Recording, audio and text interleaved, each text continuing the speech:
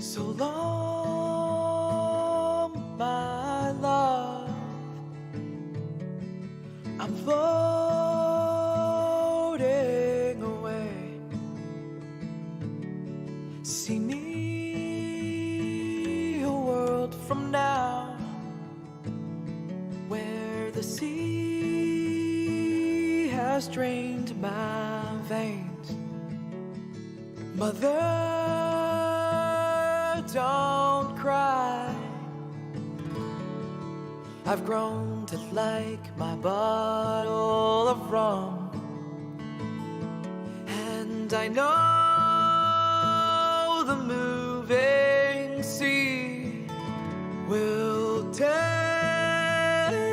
me home.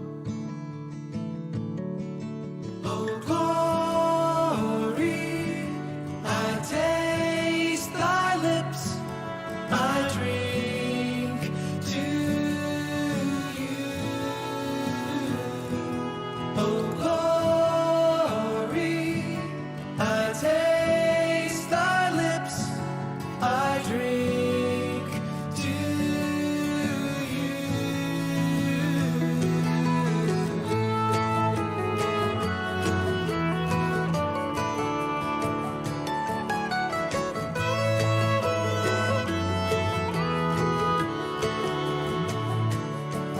Brother,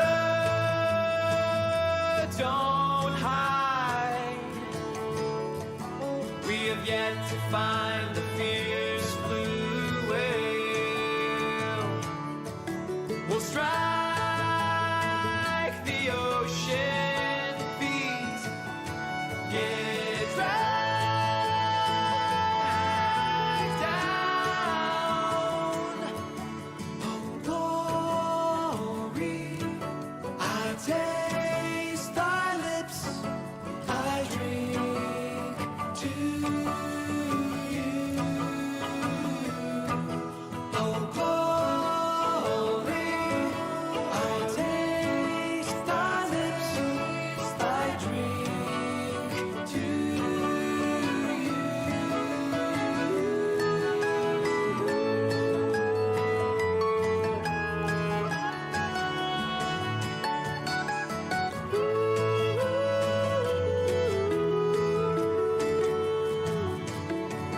So long, my love,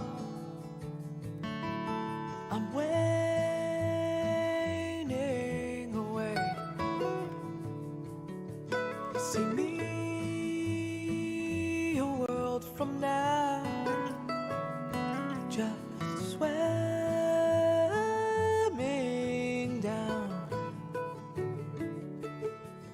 down, down, down, down, down, down, down, down, down, down, down, down, down, down, down, down, down, down, down.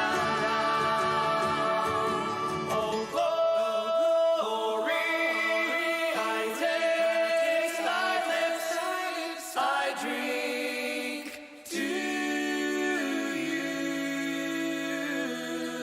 Oh, glory,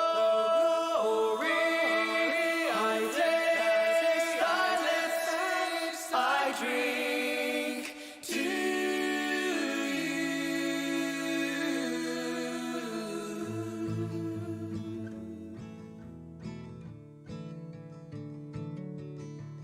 Down, down, down, down, down, down, down, down, down, down.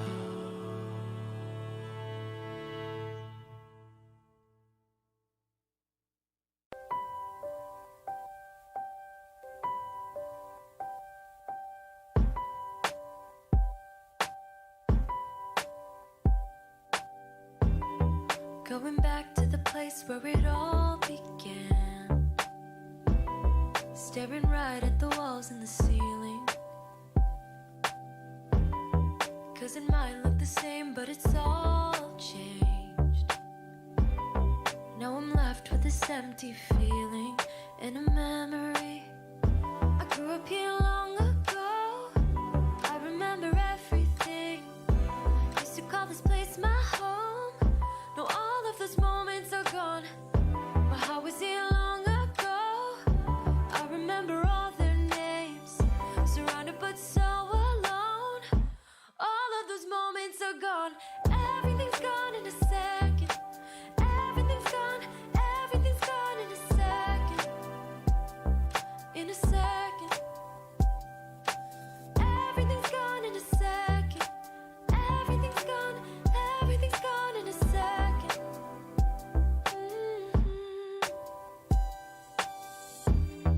Going back to the streets where I held your hand. I remember your laugh and your smile. Yeah, we talked like we knew, like we had a plan. Now every word is a broken promise. And though it's been a while, it wasn't so long ago. I remember everything, how it felt to be so close. Now all of those moments are gone. But how was it long ago? Now everything starts to fade. So now we both let go. Now all of those moments are gone. Everything's gone in a second. Everything's gone. Everything's gone in a second. In a second. Everything's gone in a second. Everything's gone. Everything's gone in a second.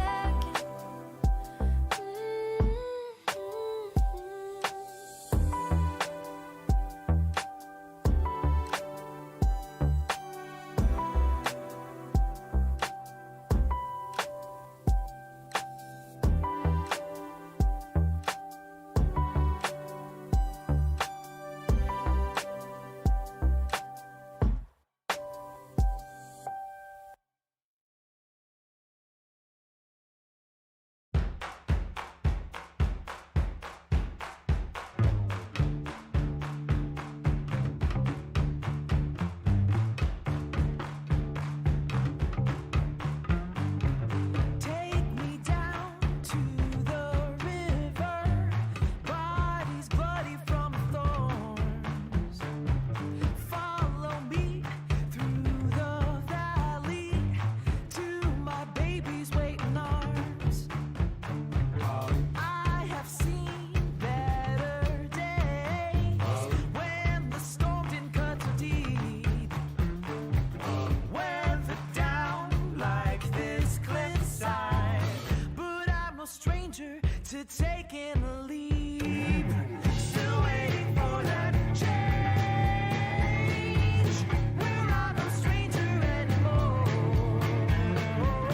When will you ease my pain?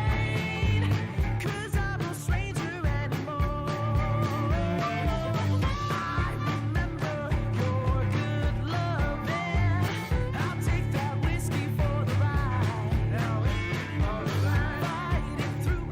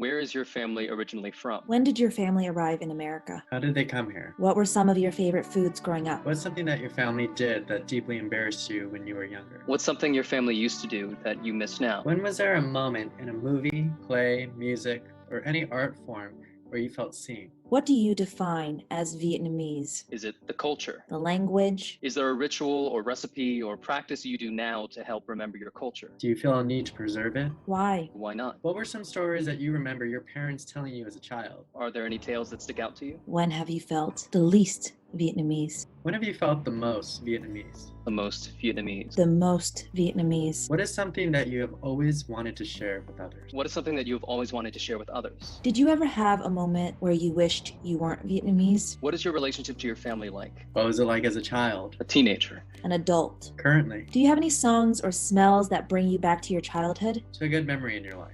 What does Legacy mean to you? What is something that you've learned that you want to survive beyond you? beyond you. Beyond you.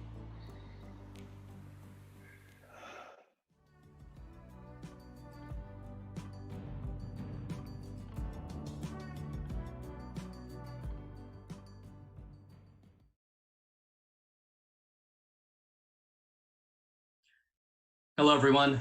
Xin chào các bạn. Thank you for joining us tonight. It's May 20th, which means the Sống Collective is turning 1 year old.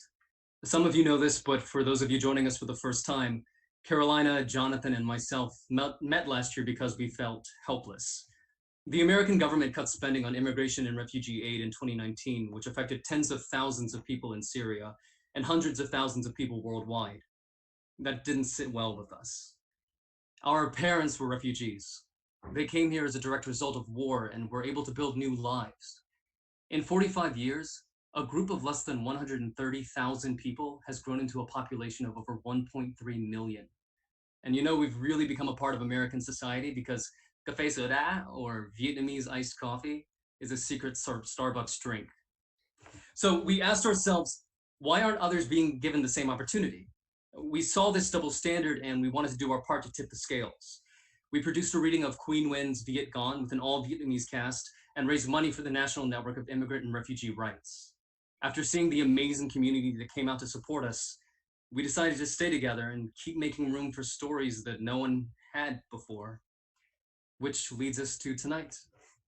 Tonight is the result of trying to find some sense of grounding when everything around us is constantly shifting.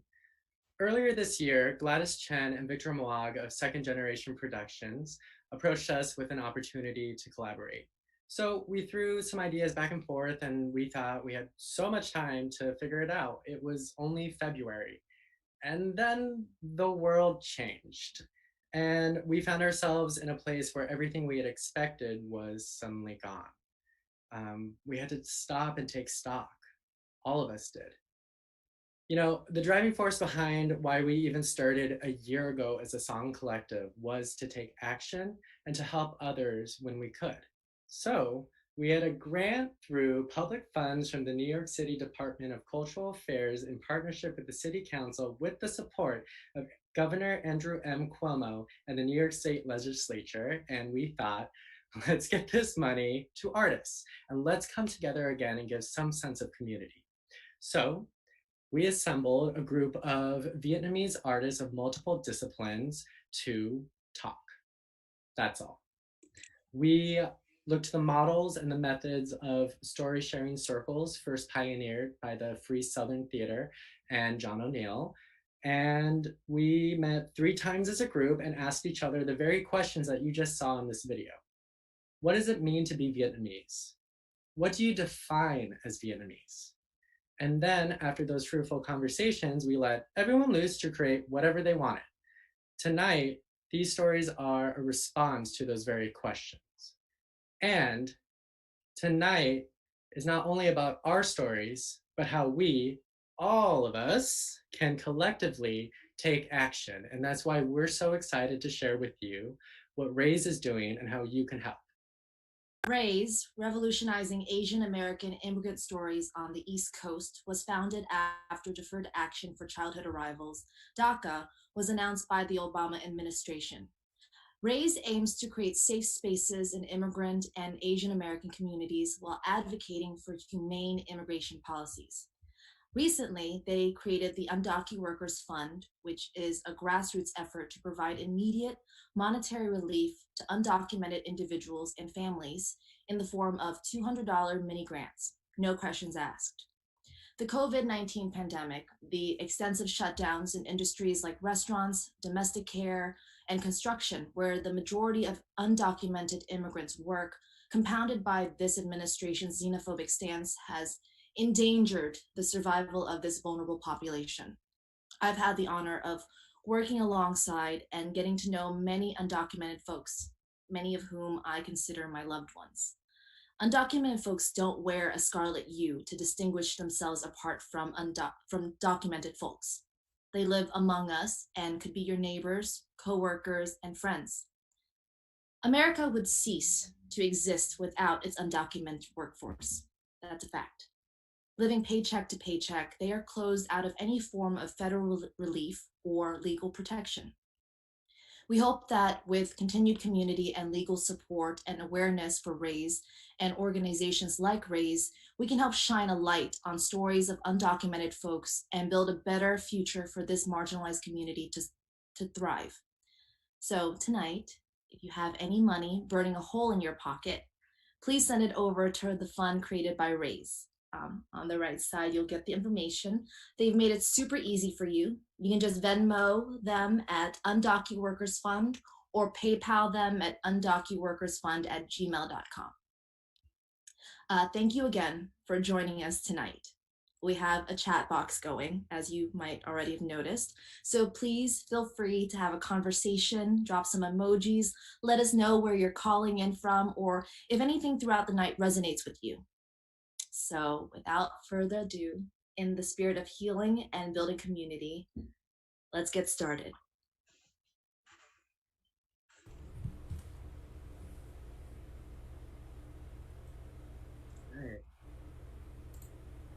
I am Jonathan Castanian. I am a son of a refugee and a proud mixed race Vietnamese American. I'm Carolina Doe, 𝗨𝗡𝗍, I'm the proud daughter of Vietnamese refugees. I'm a first generation Vietnamese American. Hi everyone, I'm Din. I'm an American Vietnamese boat person. I was born in Vietnam, but I'm coming to you live from Manhattan in New York City. Hi, I'm David Huynh, he, him, his, and I'm a Ragin' Cajun Asian.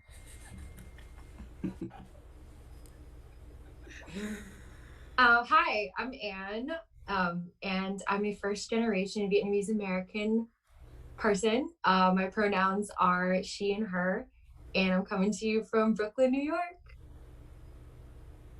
Hello, everyone. My name is Amy, pronouns she, her, hers. I am the first generation Vietnamese in my family that have came to America, and I'm tuning in from Queens, New York. Hey everyone, my name is Ian, and my pronouns are she or they, and I am a first generation Vietnamese American, and I'm tuning in from Brooklyn, New York. Hi everyone, my name is Maria That. I am a first generation Vietnamese American, daughter of proud refugees, and I am calling in from Buffalo, New York.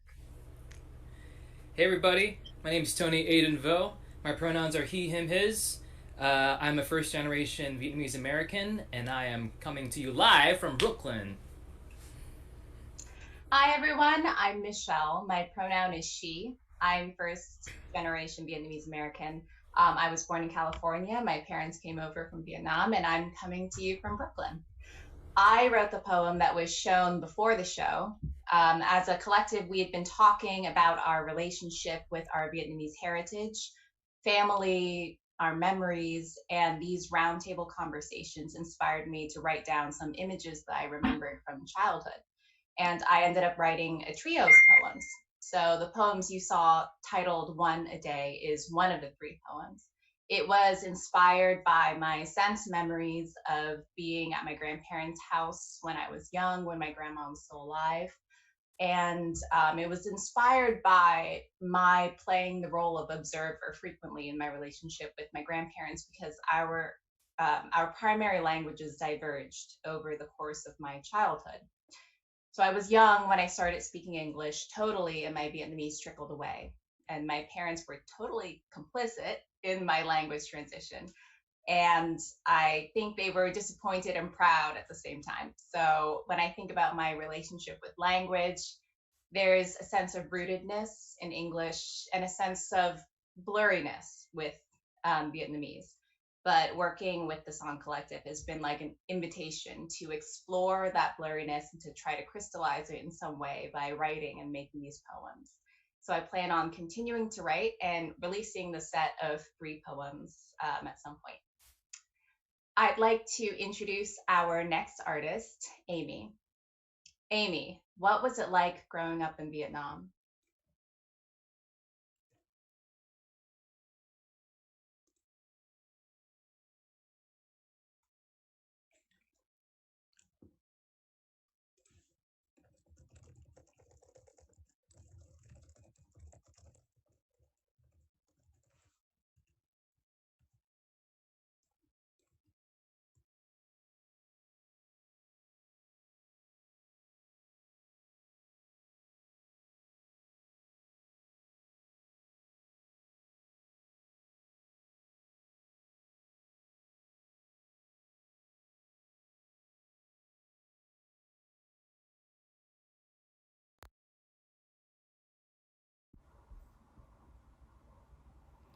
Hello everyone, my name is 𝗵𝗻.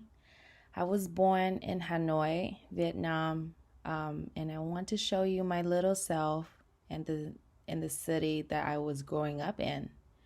I was born a really shy girl, but I'm smiley, as you can see, and perhaps somehow stylish.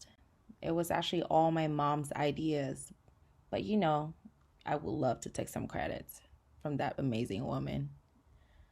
When I was little, I liked to scream a lot. Like, 9 p.m.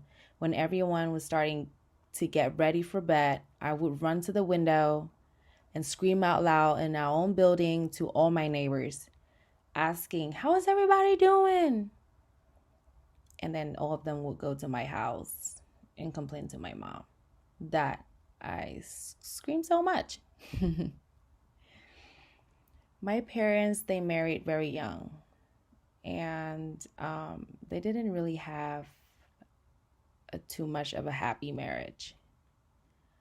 But they have my brother first, and they have me as their youngest child. Me and my brother, I would say we have the best sibling relationship.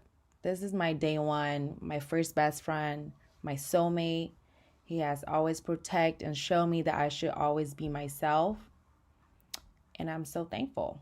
And that is my little cousin right there. She's my other best friend. So every weekend during the summertime, me and my cousin always go to our grandparents' house. They used to live in the Old Quarter, which is like, downtown city, prime neighborhood of Hanoi. It's very crowded. It's surrounded Hoan Kiem Lake, which is one of the most historical destination of Hanoi. If you walk around Old Quarter, there are so many shops, like souvenirs, just a lot of tourists, children's toys, especially on Full Moon Festival, everywhere is packed. In the old street of Hanoi, you see a lot of things that you will probably never see in your life. And then we have, a lot of motorcycle, a lot of bikes, a lot of street food. We have another historical place, 𝗨𝗡𝗃 Pagoda. We also have the presidential place, and we have the famous Hanoi Opera House, which all the singers perform and we have the barber shop, and all these amazing street food. And theirs are just so many, and this is just a very, very small amount. It's a presentation of my favorite childhood dishes that I could present it at the moment. And I hope that I can send some of my childhood memories to all of you guys so you can have a taste of how Hanoi is like from someone is not there anymore. And I hope you guys can be there one day and just enjoy the cultures, the city. For me, that's my favorite. Thank you for watching, guys.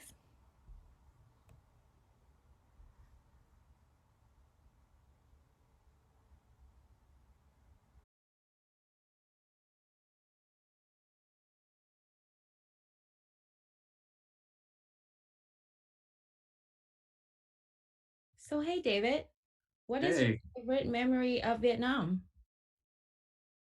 I went with my older brother when I was a kid, and he ditched me at my grandpa's house for a month, but I didn't mind. I got to spend a lot of time with my grandpa. I was like his little shadow that summer. And eventually we got into our own routine. Every morning we would get up early, we'd sit together, and we just listen to the town around us wake up. And I made you a piece to kind of show you what I mean.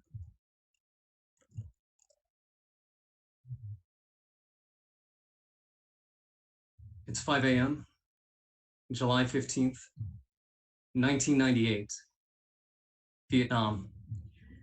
I am 8 years old. I'm in 𝗪𝗏, where my dad grew up. The town is waking up. I remember roosters. The motorcycles ferry people and produce to the market.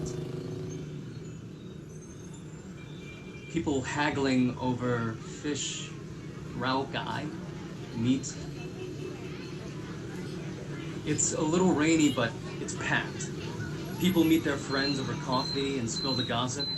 Kids slurp down bánh canh before heading to school. A mother is feeding her baby 𝗨𝗏 and fussing over him as he dribbles it over his chin. Drivers jockey to get ahead, and no one cares about traffic signals.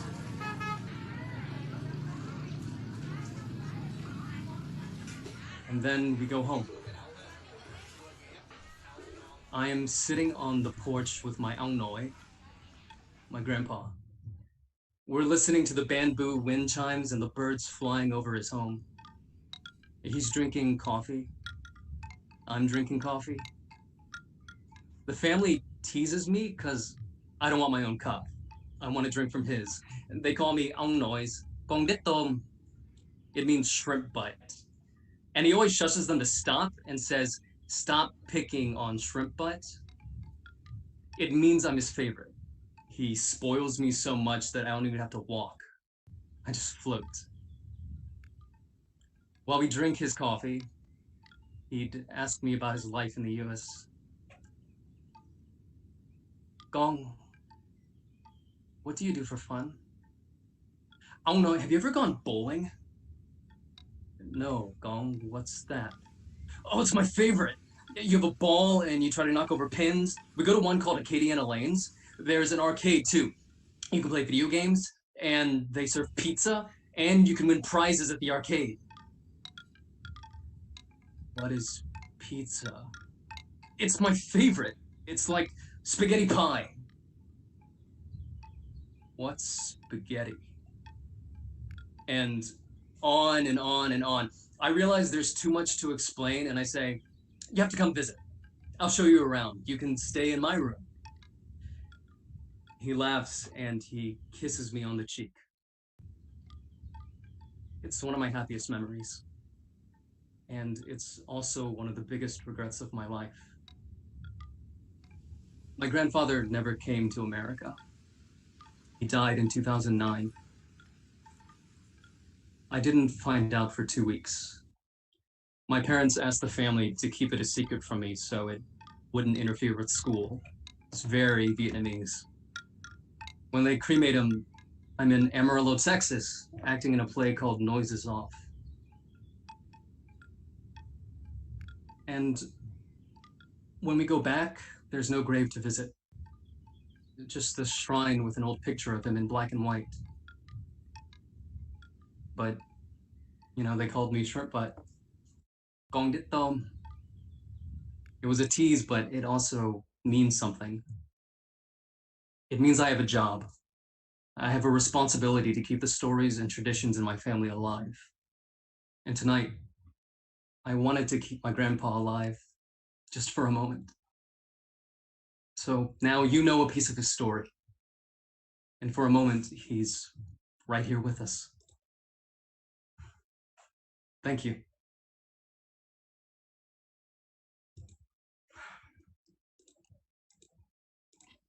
Hey. Hi. Hi, người đẹp. Chào người đẹp. Khỏe không? Khỏe. David khỏe không? Khỏe nhiều, cảm ơn nhiều. Cool. All right, so as a first generation Vietnamese American, how do you stay connected to your culture? Well, David, very good question. And we are about to find out. Hi, Mom. Hi, Ian.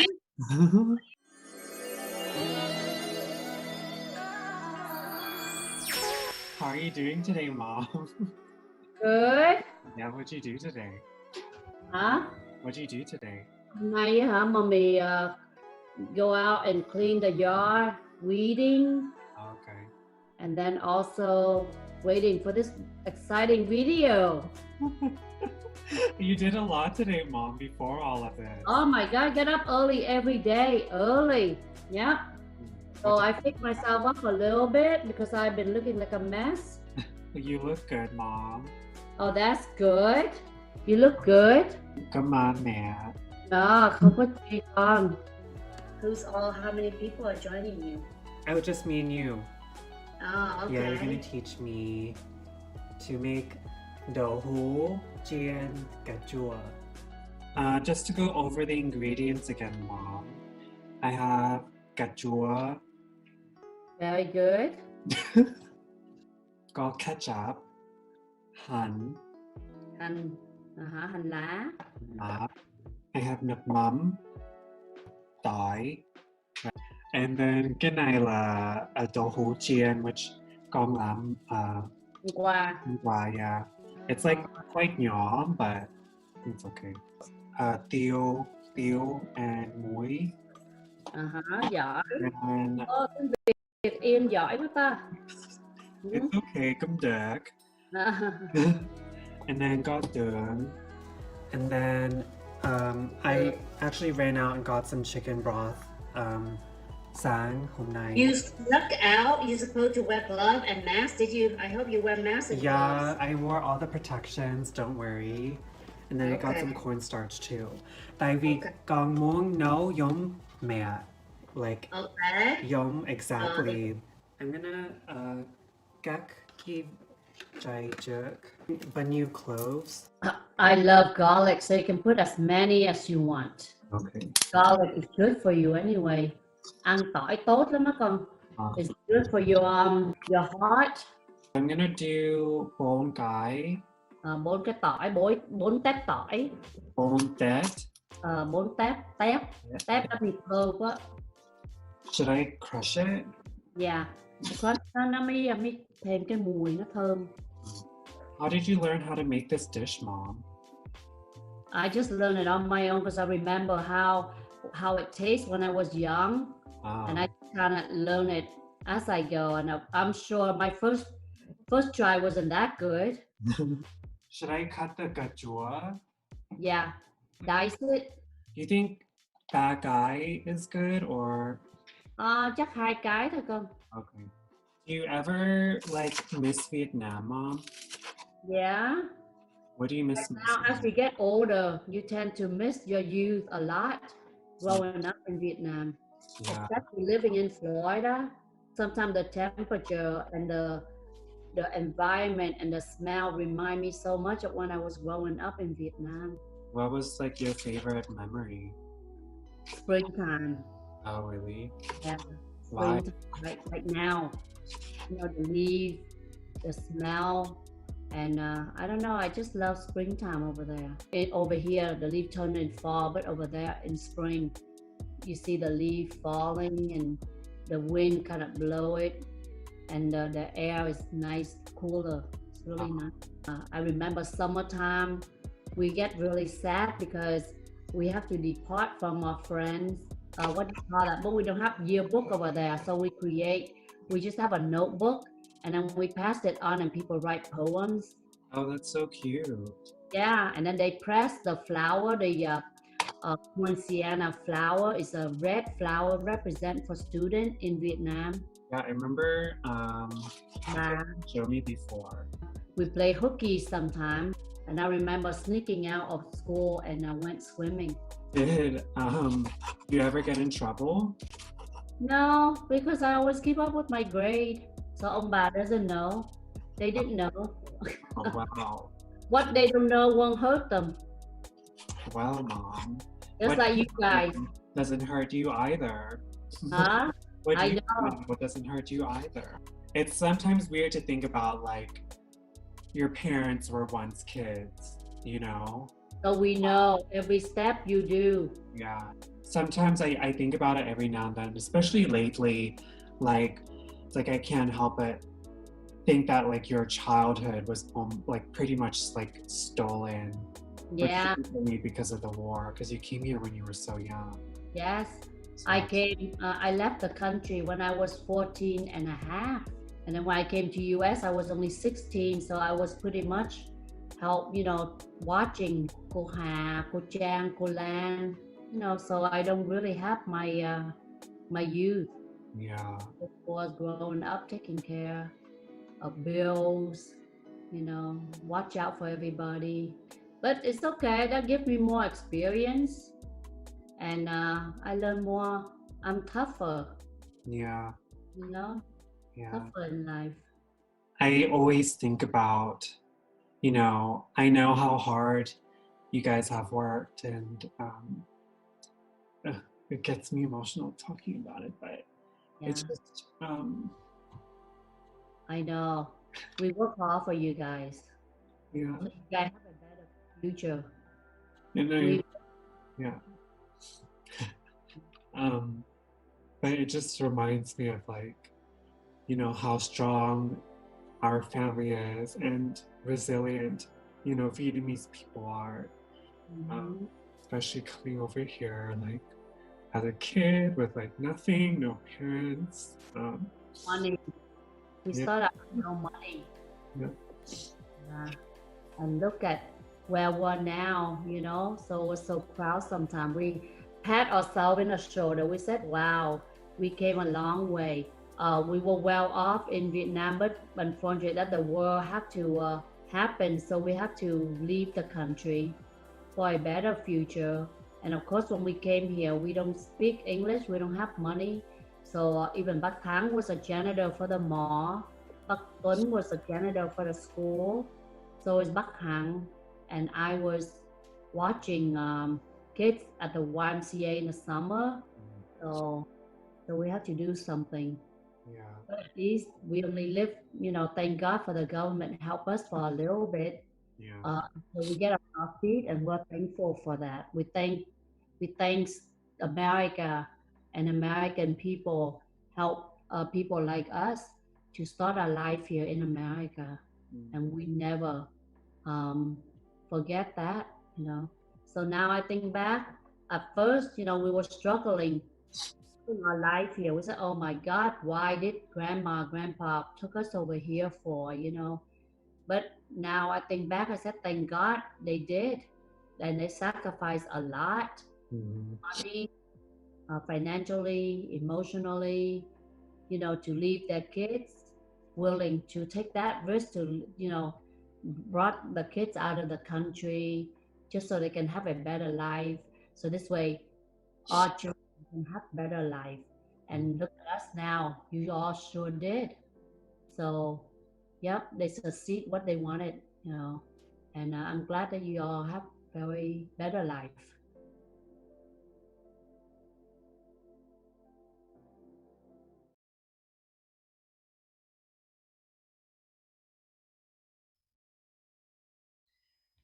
So this piece was created upon my recent revelation through the conversations and questions and stories that we shared here at the Sống Collective.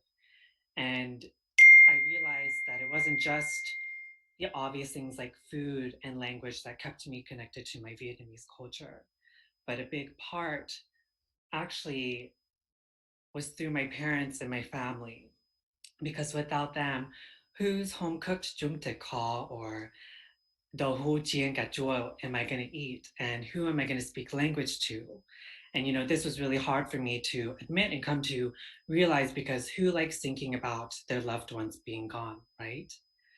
But another key connection that came to light was, in addition to that, there's my family's inherited strength and resilience to create a better future for those coming after, which I really feel within myself as well. And so this video is really a symbol of the start of my journey to reclaim and preserve my Vietnamese culture, and as well as honor my family's legacy here in America. But on to the next question, Maria. Hey. Hi, Nidab. Hey, Nidab. So I have a question for you. Maria, what was your favorite part about living in a Vietnamese household? Well, my 12-year-old self would never say this, but my favorite part is hands down my parents. With this whole pandemic putting most of us at home, I've had the opportunity to really observe and be present with my mom and dad. The results have been hilarious, shocking, beautiful, and really inspiring. Just observing them throughout this pandemic has inspired me to write a series based on these observations, of which I will be sharing an excerpt with you all today. The whole series can be read at my Medium account. This one's for you, Matt and Ba. The idea to start this series came from simply being quarantined at home with my parents.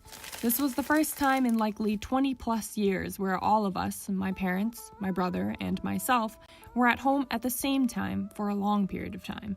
We had all gotten used to treating our home more like a bed and breakfast. Eating our meals and sleeping had been the only functions being exercised in our so-called home. The start and subsequent growth of the global pandemic of COVID-19 gave all of us, but especially me, an unexpected gift. The gift of family. The gift of time with my parents in a way that was never possible at this age. We start our lives completely glued at the hip to our parents. They are our protectors, our caregivers, our sources of food and happiness.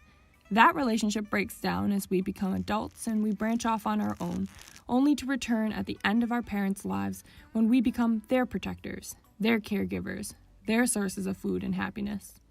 This pandemic has granted me and my family the opportunity to enjoy one another in a way that isn't connected to a physical need.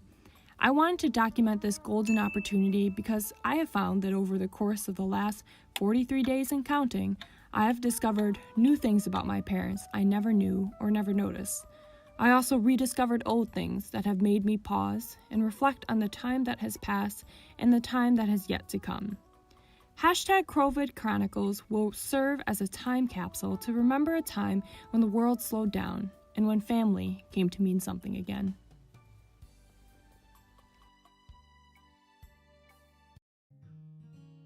COVID Chronicle 2.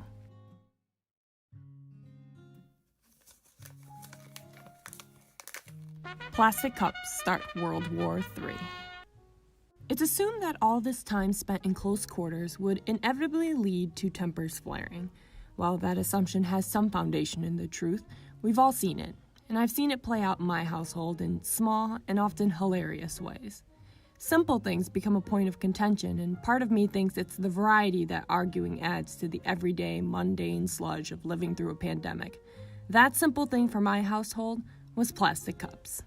Yes, you heard me right, plastic cups.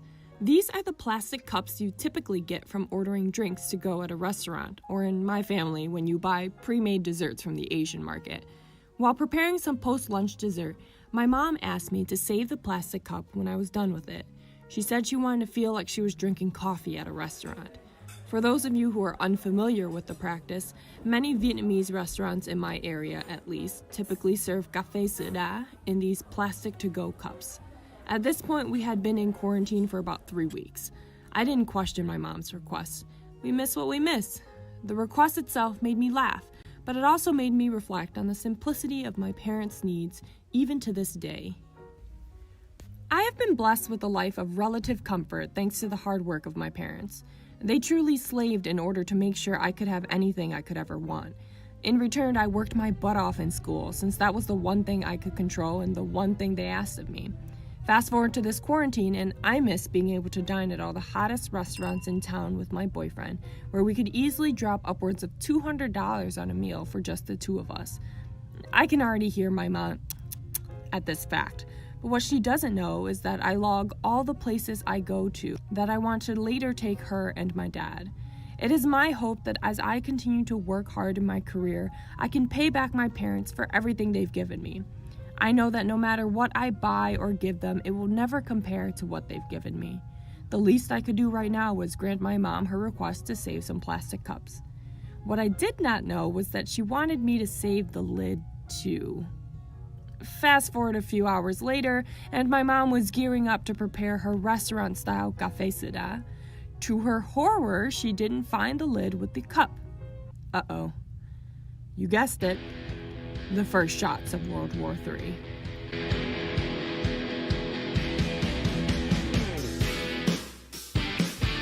Anh! Nắp của ly em đâu rồi?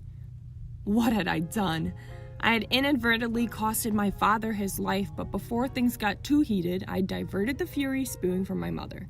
I calmly informed her that the lid to the one cup was on the shelf of cups next to our sink. She found that lid and immediately began the interrogation on where the second lid was, which is when I told her I accidentally threw the lid out because I didn't know she wanted me to save that as well. This then provided my father the opportunity to return fire with sentiments of, "See, your mom is always blaming me for everything."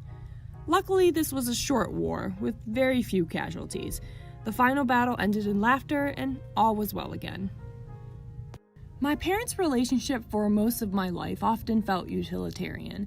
I knew that together they made a great team that cared for and raised my brother and I without much complaint. There wasn't overtly much affection shown, at least any that I witnessed as a child. But now that both my brother and I are in our 20s, and for the most part self-sufficient, it seems they have the opportunity to be 𝗀 and 𝗨 again. I will attest that at times it can be absolutely barf-worthy, but most of the time I find it incredibly sweet, a model for my own relationship. My parents bicker like any couple, but they've ended nearly every fight in laughter. That is a victory to be proud of, considering all they've gone through.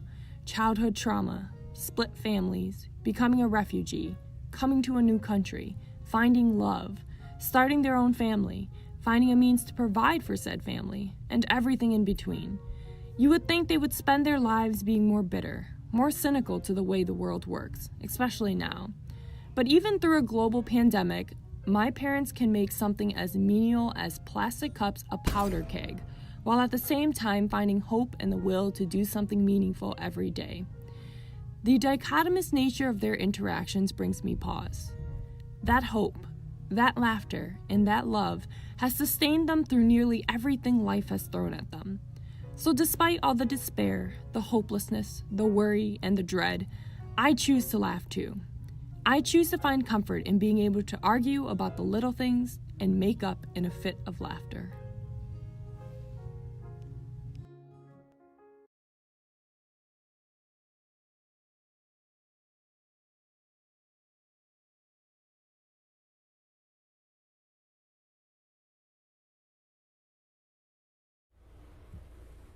Hey, Tony.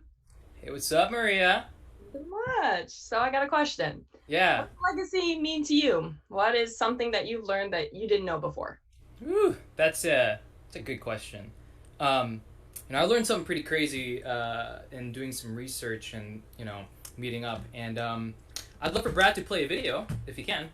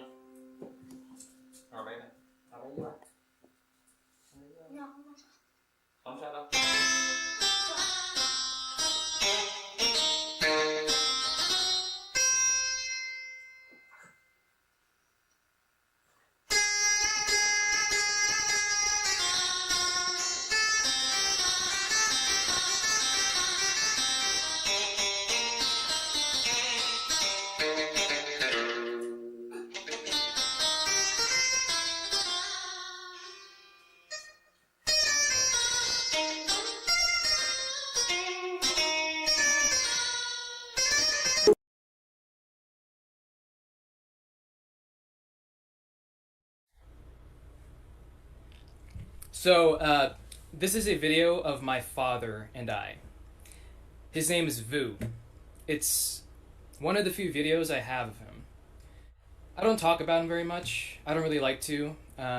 We had a difficult and complicated relationship growing up, and it got worse as I got older. My mom divorced him about 4 years after this video, and I haven't seen him since. My mom remarried to a great man named Logan, and he had a classical guitar lying around, which is how I got started with picking up the guitar. My family recently digitized a bunch of old camcorder videos, which is how I came across this one. I was completely shocked and surprised to learn that Vu played the guitar too. I have vague memories of an old acoustic guitar lying around with rusty strings, but no memory of it ever being played. You can see that he's pretty good. I asked my mom about it, and it turns out that he wanted to become a traveling musician when he was younger, going from village to village, playing old Vietnamese folk songs to entertain people. But those dreams were quickly squashed by his parents. Legacy. All these years, I've tried so hard not to be like my father, and it's surreal to know now that I'm living out my dreams of being a performer, the same dreams that he once had. And so I wrote a song in response to that. This song is called The Captain. Hope you like it.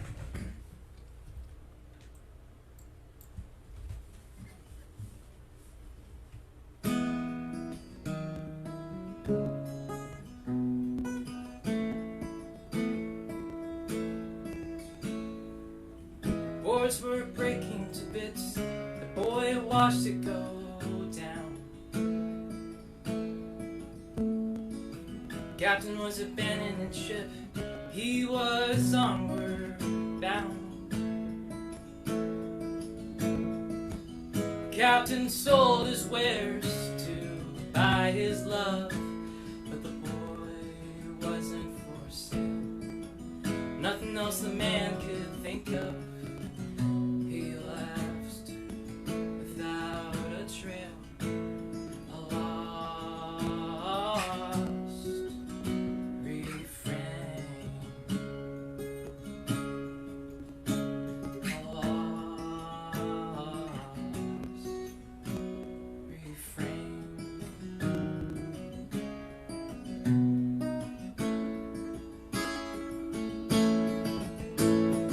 Under lights and watching eyes, the boy forgot how to strum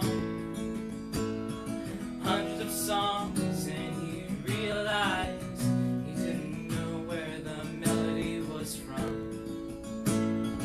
Decades of dust and takes, he had to pull back. Oh, the melody was buried in his hate. He couldn't see the captain playing back a lost refrain, a lost refrain, a lost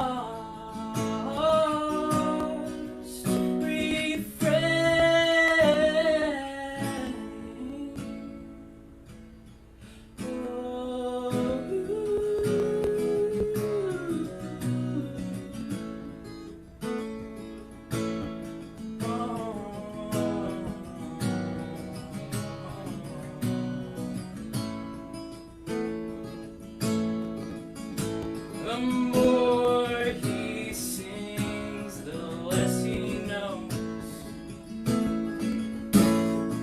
Oh, the more he sings, the less he knows. Thanks so much. Hey, Din. Yo, Tony, sounded good. What's up, man? How you Thanks, doing? buddy. How you doing? Doing okay. We're live. I think you have a pretty interesting name. I have a question for you. Yes. It's a pretty Viet name. Have you ever thought about changing it all to like a more American name? I have, and I did. How'd that go? It was an unmitigated disaster. Well, you think, sorry. When people hear my name, it usually goes something like this. Hi, I'm Robin. Hi, I'm Din. Dean? D-I-N-H. D-I-N-H. Din. Ah, D-I-N-H. Dean. Yes, the H is silent. Dean. Yes, like there's a din in the room. Ha ha. It's strange to me. There is an English word, din, meaning, of course, a loud, possibly unpleasant, prolonged noise. But the H is silent. With most Asian people, when I spell my name, D-I-N-H, they would ask, is that a Vietnamese name? Yes, it is. The INH at the end gives it away. When Vietnamese parents speak to their children, they use the term con. Con ăn cơm chưa? Have you eaten yet? Con đang làm gì? What are you doing? Con khỏe không? How are you? The dictionary may translate it as my child. To me, the word feels more like my beloved. Con. There's such feels in that word. I can recognize immediately when I hear a Vietnamese parent is talking to their child, like when Ing's mom tells her how to make that fried tofu recipe, or when David had that conversation with his grandfather in Vietnam. Gong. It carries the weight of everything. Gong. You are my everything. Imagine your parents calling you my beloved every time they talk to you, even when they're yelling at you. How dare you, my beloved, disobey me? My beloved, you ungrateful child. I am so ashamed of you, my beloved. In Vietnam, more so in Vietnam than in the US, you can sometimes hear mothers, ru con ngủ, they'd sing a lullaby to get their babies to sleep.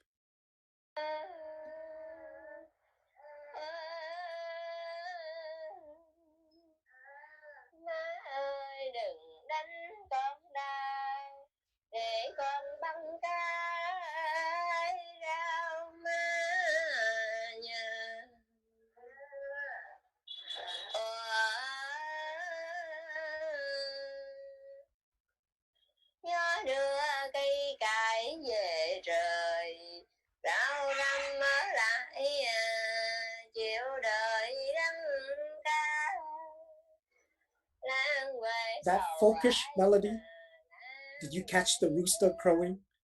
The beeping of Sirhan Da in the background? The soundscape of Vietnam, of Saigon. You can almost feel the afternoon heat, can't you?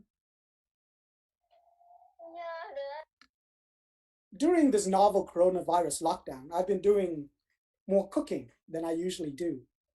The other day I made 𝗪𝗡𝗃. The basic recipe is quite simple. The ingredients are pork belly, hard-boiled eggs, yellow onion, coconut water, nước mắm, salt and pepper, sugar to make nước màu, a sort of caramel sauce to add color. That's it. You marinate the meat with the spices, fry it with the caramel sauce, add water, simmer for about 2 hours, and there you have it. Braised pork with eggs. 𝗨𝗡𝗃. Oh, if you're in Vietnam, you would have also added some bột ngọt, MSG. Why? Because MSG makes everything taste better. I used not to use nước mắm. When we first immigrated to the US in the 80s to Salt Lake City, Utah, my aunt and uncle, who had been living in the US since 1975, told us not to use nước mắm. In the company of người Mỹ, they said to Americans, fish sauce smells bad, like something rotten, something dead. But how do you cook without nước mắm? But like a dutiful Vietnamese child, I took their caution to memory and I never used it when I lived with roommates. I substituted soy sauce instead. smells better. But lately, I have been using nước mắm in my cooking. The food tastes different. How Vietnamese food should taste. Hey, Carolina. Hi. Hey, how you doing? I'm doing great. How are you? Thank you for sharing your beautiful piece. Oh, thank you. So I have a question for you. Ask What away. is your relationship with your parents like currently? Has it changed at all during this lockdown? For the first time in a very long time, I'm not begrudgingly calling my parents in the 5 minutes between a rehearsal or an audition just because, my mom guilted me to absentmindedly check in. I actually have time, and that has opened up this world where I get to virtually pop in on their daily life and get this really wonderful chance to talk and listen to them and to hear snippets of their lives before me, which were full of, yes, heartache, but also so much joy and adventure. It's nice to even sit there while my mom goes to help a customer and she passes me off on her phone to my dad.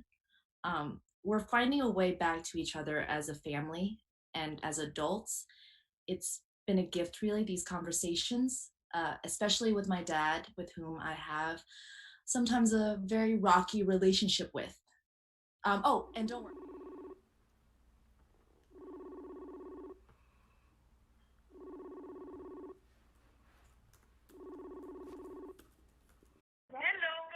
Hello mẹ. Hello mẹ. Hello mẹ. How are you? I'm well, con khỏe mẹ ơi. Con nấu pancake. Con học theo mẹ, con bỏ miếng chanh vô á. À.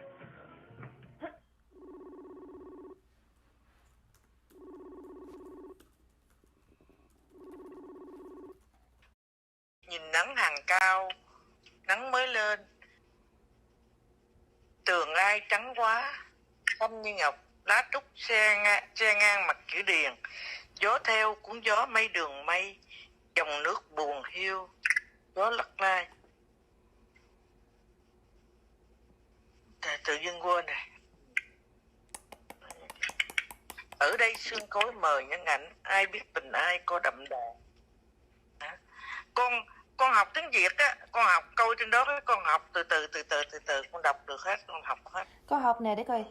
Lang lên lầu lấy lưỡi lem, lang lên lầu lang lấy lưỡi lem, lang lấy lộn lang lên lầu lang lấy lưỡi lem, lang lấy lộn lang lên lầu lang lấy lưỡi lam.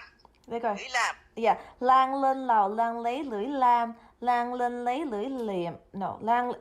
Lang lên lầu lang lấy lưỡi lem, lang lấy lộn lưỡi liềm.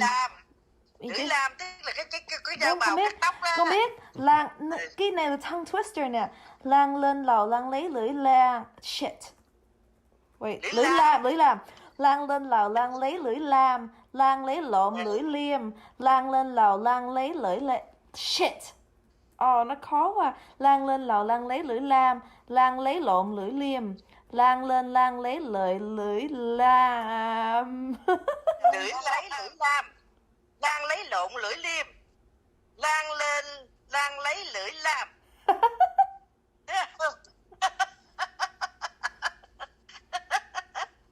Cũng như là ta nói là sáng sớm xả xệ sang sông. Sáng sớm xả xệ. Sáng sớm xả xệ. Nhưng mà cái đó nó có lại chữ S trong đó, chữ S. Sáng sớm xả xệ sang sông. Sáng sớm xả xệ sang sông. Sáng sớm. Xả xệ. Sáng sớm.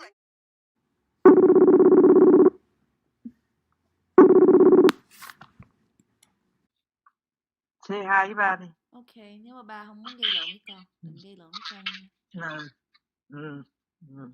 Bên này không có chiến tranh đâu nha. Ba với con không có chiến tranh. Nó muốn nói chuyện với ba nó nè. Con ông muốn nói chuyện với ông, nhưng mà không có chiến tranh nha. Tranh gì chiến? Ai là gì chiến tranh? Nè. Rồi, khỏe không con? Khỏe. Cười hả răng ruồi nó bay vô con sao? Đâu có ruồi đâu, tại lạnh mà đâu có ruồi. Ba Lạnh. mày khỏe không? Đó, em ré. Ba đâu có sợ corona, nó lạnh quá mà. Giờ này mà 45 giờ trước á. Dạ con biết. Giờ này 45 năm giờ trước, lúc 5 giờ này là ba đã rời ở Cần Thơ, phi trường Cần Thơ đó, ba xuống mà nằm ở dưới ngã ba Kiên Lương đó. Đó, ba đi chiếc phi trường 242 đó, nằm ở dưới đó đó, với lại cái tiểu đoàn mang khăn quần tím của sư đoàn 21 bộ binh đó. Ba mới đậu xuống, ba dở cấp đi lên, ba quẹt cái form đó là ba quẹt cái chữ X đỏ, dòng đồng đỏ, tức là phi cơ nguy hiểm bất khiển dụng, phải không? Đó, rồi tới cái nhà giữa lúc mà ông Minh tuyên bố rồi, người ta chạy tùm lum tà la rồi hỏi cái trên họ ba tỉnh bơ bên đây. Ôi làm gì làm để ăn cho cái no cái đã. Rồi mấy ông kia mới nói là người ta đi mà mày không lên đi, ở đây trong dòng pháo của cộng sản đó, chừng nào nó pháo thì hay, tôi đợi lệnh của trên căn cứ. Bây giờ tôi về phòng tôi ăn mì cái đó, ai ăn mì thì sao tôi. Bao nhiêu năm qua chúng ta sống không nhà, bao nhiêu năm qua dân ta chết không mồ. Dậy mà đi, dậy mà đi, dậy mà đi hơi đồng bào ơi. Dậy mà đi càng chi mà khóc mãi, dậy mà đi núi sông đang chờ. Dậy mà đi, dậy mà đi, dậy mà đi hơi đồng bào ơi. Cái bài đó là Dậy mà đi của ông Nguyễn Đức Quang đó. Dậy mà đi, dậy mà đi.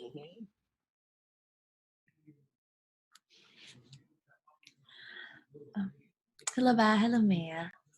Con chỉ muốn cảm ơn ba mẹ nuôi con và thương con nguyên hết đời của con. Với con muốn nói là hổm rày trò chuyện với ba mẹ, con chỉ muốn ba mẹ biết là ý nghĩa nhiều lắm cho con. Đã tìm học và cười và hát với ba mẹ. Cảm ơn. I love you. Con thương ba mẹ nhiều lắm.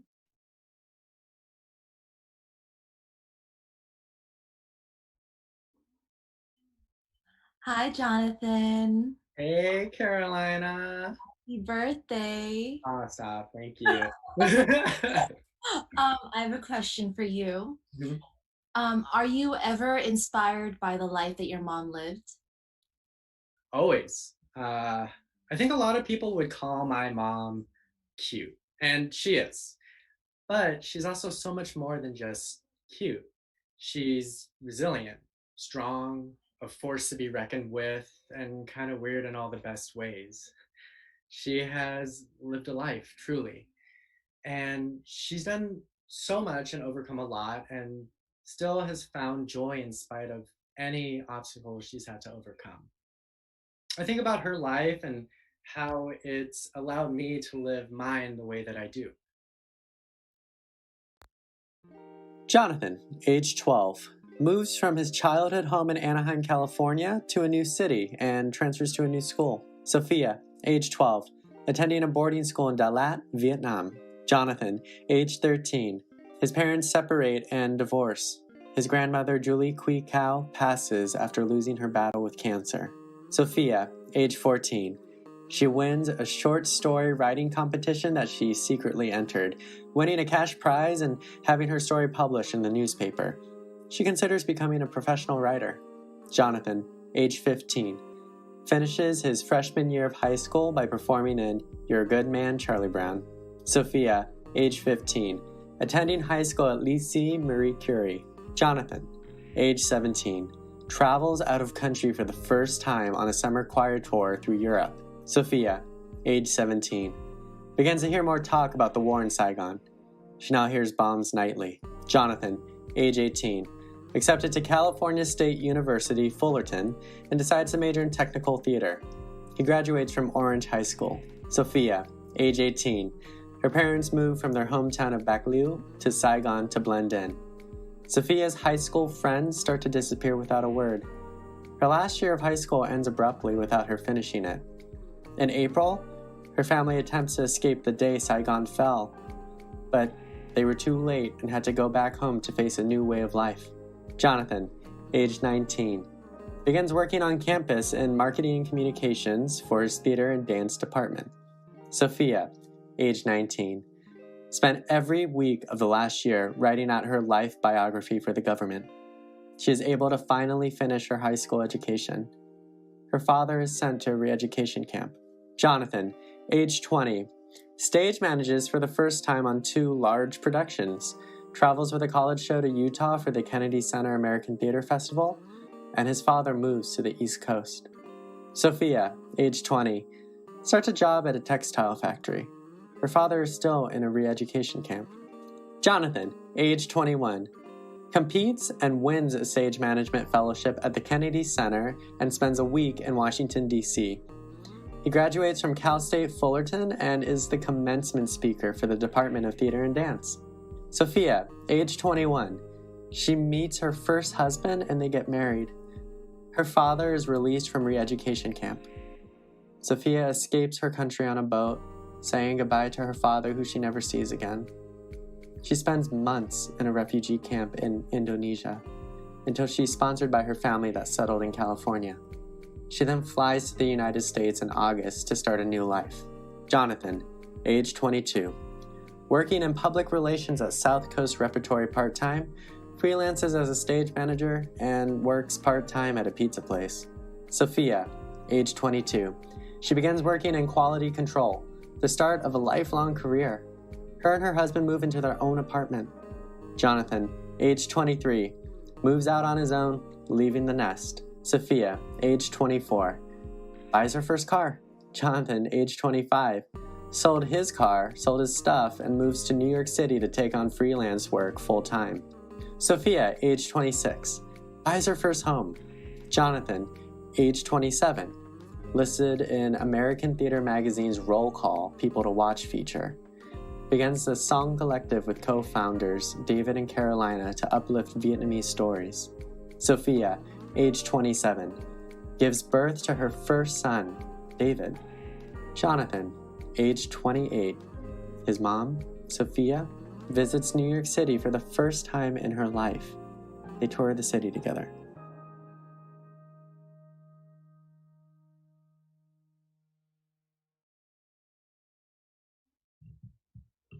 Hey, Anne. Hi. How you doing? I'm doing good. How are you? I'm good. So, when have you felt the most and the least Vietnamese?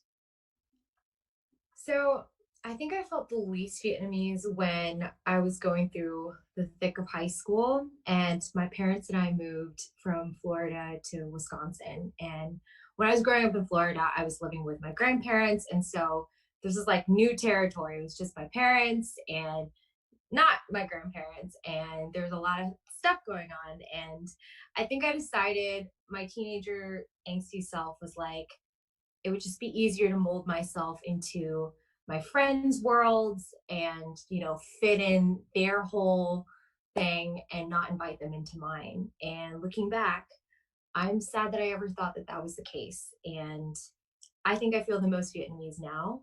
And even though we're not physically close, I think I'm closer to my parents than I've ever been before. And all the things that used to annoy me and the things that I used to hate are things that I love and things that I just get now. And so I wrote this song, and it's called Drawing a Line. And it's just my way of addressing that tension that I used to feel between my parents and just kind of telling them that we're super cool now. And honestly, that I regret ever making that distinction between us, because I think we're so much similar than I ever thought when I was a kid. So yeah, so this is my song.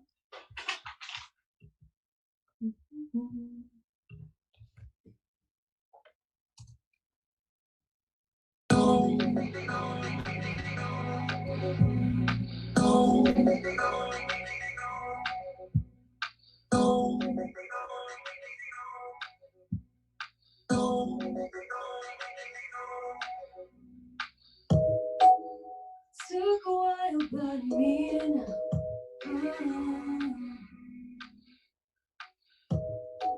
It took some miles, but it's clear now. Yeah, I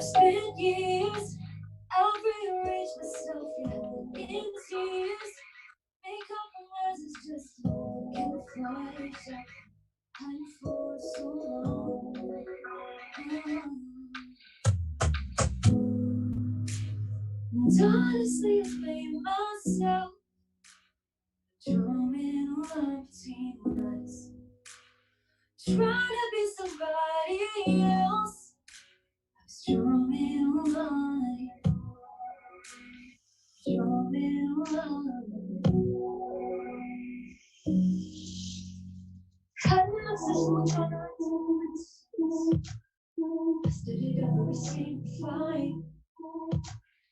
Give me some time and another perspective. This is me saying I've changed my mind.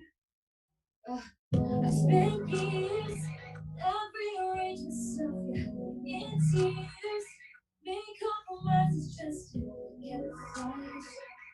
Kind for so long.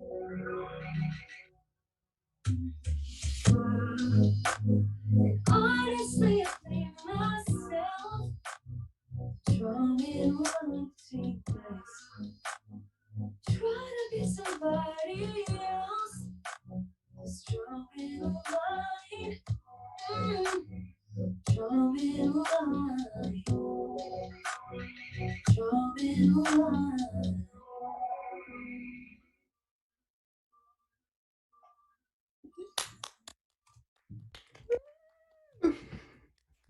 Oh, that's amazing. Hey. All right. Thank you again, everyone, for tuning in tonight and being a part of our community. We've come a long way in just a year, and we owe that to our friends and supporters like you. With the performing arts industry at a standstill, it means a lot to be able to come together like this. And if you can, we're hoping to extend this goodwill to those less privileged than ourselves. Please consider donating to 𝗨𝗡𝗃 tonight, tomorrow, or whenever you're able to. We're proud to have shared tonight with you during Asian American and Pacific Islander Heritage Month.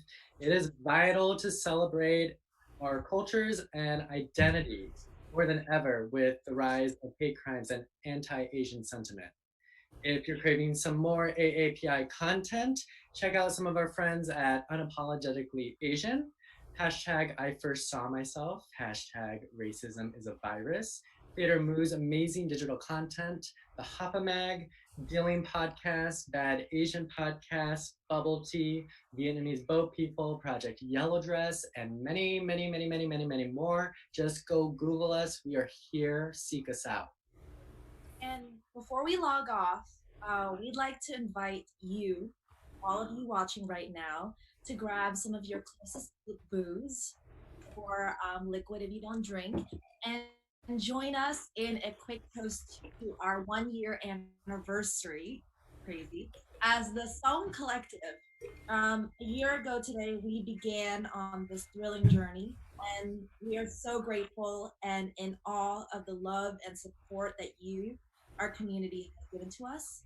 I'm gonna give you all a second to pour and get into position. And how long does it take for someone to pour? You know, in the meantime, I'm going to explain to some of our non-Vietnamese friends who are watching. So we have a tradition in Vietnam, in Vietnamese culture, of counting in when we drink as a group. It's 3 count, super easy, no pressure. Like if you know how to count, you do this. I'm going to count to 3. Mo, hai, ba, and say yo. Or as our northern friends say it, whoa, as a cheers. Got it? Can we do one more practice just in case? Yes, okay. So mo, hai, ba, mo. Right? All right, is everyone ready? Ready. Ready? All right. Ready? You guys have to count too. Ready? Mo, hi, ba, yo!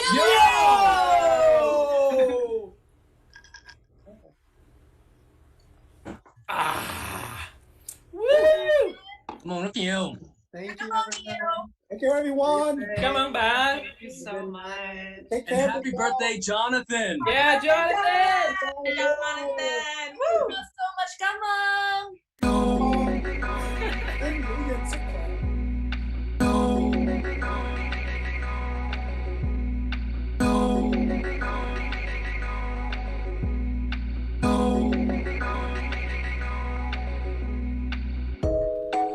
It took a while, but I'm here now.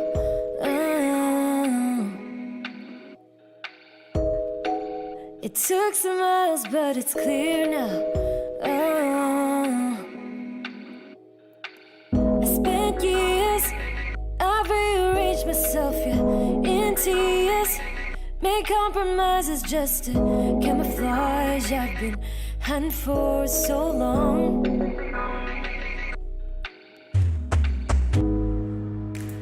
Honestly, I blame myself for drawing a line between us. Try to be somebody else, drawing a line, drawing a line, drawing a line. Had an obsession with all of our differences. I studied every single fate. It gave me some time and another perspective. This is me saying I've changed my mind. Yeah, I've spent years, I've rearranged myself, yeah, in tears. Made compromises just to camouflage. I've been hanging out for so long. Yeah. And honestly, I blame myself for drawing a line between us. Trying to be somebody else, I was drawing a line.